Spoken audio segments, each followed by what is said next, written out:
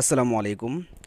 মহব্বতের মানুষটা যাকে ভালোবাসতাম বেশি, সেই মানুষটা হঠাৎ করে স্বপ্নের মতন আমার কাছ থেকে এসে চলে গেল। প্রিয় দর্শক, বিল্লাল ভাই আমাদের ব্রাহ্মণবাড়িয়া জেলার নাসিরনগর উপজেলার আধুনিক হাসপাতালে এসেছে।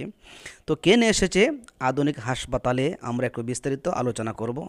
আমাদের শ্রদ্ধাভাজন ডক্টর আব্দুল কাইয়ুম সাহেবের কাছে দীর্ঘ সময় আমাদের মানবতার ফেরিওয়ালা দর্শক বিল্লাল ভাই আসছেন, সাক্ষাৎকার হচ্ছে, কথাবার্তা হচ্ছে।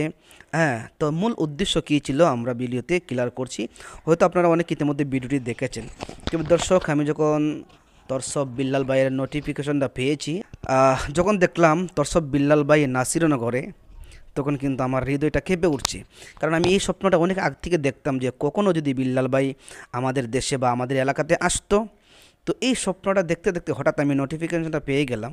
তো নোটিফিকেশনটা কিছুক্ষণ পরে এসেছে। তো দেখার পর আমি মনোযোগ দিয়ে ভিডিওটা দেখতে লাগলাম।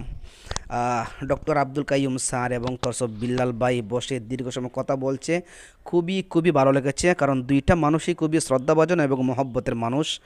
তো বিষয়টা কি, মূল বিষয়টা হলো তরসব বিল্লাল ভাই শেরপুরের একটা রোগী, সাকু ভাই হয়তো তার নাম, তাকে নিয়ে একটা ভিডিও করছিলেন।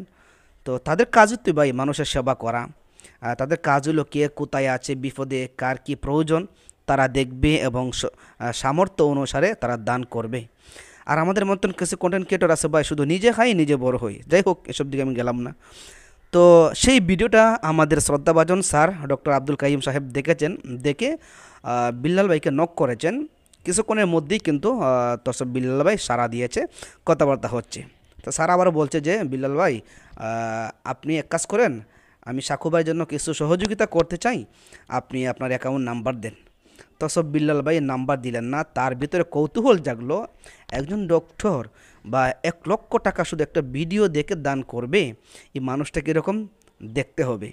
সে তার কৌতূহল নিয়ে 200 কিলোমিটার পাড়ি দিয়ে শেরপুর থেকে নাসিরনগরের মাটিতে চলে আসলেন আপনাদের সুপরিচিত আধুনিক হাসপাতালে। আমাদের ডক্টর আব্দুল কাইয়ুম স্যারের কাছে আসলেন, বসলেন, কথাবার্তা বললেন। 1,00,000 টাকা হাতে হাতে দিয়েছে, আপনারা ভিডিওতে দেখছেন। এই দৃশ্যটা আমার কাছে অত্যন্ত ভালো লেগেছে, কারণ আমি নাসিরনগরের সন্তান হিসেবে গর্ব করছি। কারণ স্যারের বাড়ি যদিও আমাদের এলাকাতে স্থানীয় না, কিন্তু স্যার আমাদের বাড়ির মানুষের মতো, আমাদের ফ্যামিলির মানুষের মতোই। আমরা তার সাথে এত পরিচিত এবং তাকে আমরা যতটুকু শ্রদ্ধা মহব্বত করি। আমি মনে করি যে উনি নাসিরনগরের একজন মানুষ। এই সুবাদে মনে করি যে আমাদের নাসিরনগর থেকে সুদূর শেরপুরের একজন অসুস্থ ভাইকে আমরা সাহায্য করতে পেরেছি, আলহামদুলিল্লাহ। তো সবচেয়ে বড় ইন্টারেস্ট লাগলো যে তরসব বিল্লাল ভাই আমাদের নাসিরনগরে আসছে। আমি স্বপ্ন দেখতাম যদি কখনো আসে, যদি দেখতাম তাহলে ভালো লাগতো। কিন্তু এত কাছে এসেও এই মনের মানুষটা, ভালোবাসার মানুষটা চলে গেল, দেখতে পারলাম না, সইতে পারলাম না, ধরতেও পারলাম না। এই দিকটা চিন্তা করলে একটু কষ্ট হয়, আবার নিজের কাছে একটু গর্ব মনে হয়। আমার এলাকাতে এসে গেছে, বা আমাদের স্যার আমাদের নাসিরনগর থেকে পারছে উনি ওনার ব্যক্তিগতভাবে 1,00,000 টাকা দিতে। তো বিষয়টা আপনাদের কাছে কেমন লাগলো, তাদের সাক্ষাৎ মিলন মেলা কেমন লাগলো, বা স্যার দান করেছে আমাদের তরসব বিল্লাল ভাই সেটা সুন্দর করে গ্রহণ করে তার পরিবারকে বুঝিয়ে দিবে, এই দৃশ্যগুলো আপনাদের কাছে কেমন লেগেছে? আর কে কে তরসব বিল্লাল ভাইয়ের সাক্ষাৎ আমাদের নাসিরনগরে আসার পরে করতে পারছেন, তাও আপনি কমেন্ট বক্সে জানাবেন। ভাই আমি মনে করবো আপনার কপাল ভালো, সাক্ষাৎ পেয়েছেন। কারণ মহব্বতের মানুষকে দেখলে অবশ্যই ভালো লাগার কথা। এত কাছে এসো চলে গেল, দেখতে পারলাম না, কষ্ট লাগছে বিল্লাল ভাই। জানি না জীবনে কখনো দেখা হবে কি না। ভালো থাকবেন, আপনার জন্য শুভকামনা স্যার, আপনার জন্য শুভকামনা। ধন্যবাদ সবাইকে। আসসালামু আলাইকুম রহমতুল্লাহ।